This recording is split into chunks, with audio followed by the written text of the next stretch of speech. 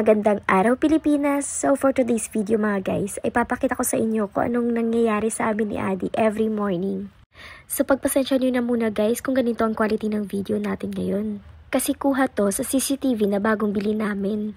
Medyo madilim kasi sa kwarto namin kaya parang naka night vision pa yung camera ng CCTV. So guys, nakababa na nga dyan si Adi kasi pag gising na nga siya, bumababa siya sa may baba. Syempre naman, alam bumaba siya sa taas, diba? So ayun na nga. Tapos, tataas lang siya pag gusto niya na akong gisingin.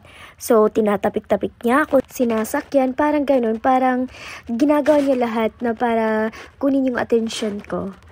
So guys, hindi pa rin ako bumabangon yan kahit nagising na ako kasi bumabalik talaga ako sa tulog. Ngayon kasi guys, si Adi is mas maaga na siyang gumising kaysa noon.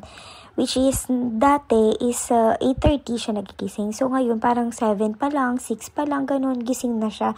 So ako, antok na antok pa ako niyan. Nagde-dedi kasi siya guys ng 1 a.m., 3 a.m., 5 a.m. Minsan, hindi pa siya parang solve sa 5 p.m. na yan na nakadedi siya. Pagka 6, didedi pa rin siya. Parang ganun. So ako kasi pag napuputol yung tulog ko, parang mas lalo pa akong inaantok.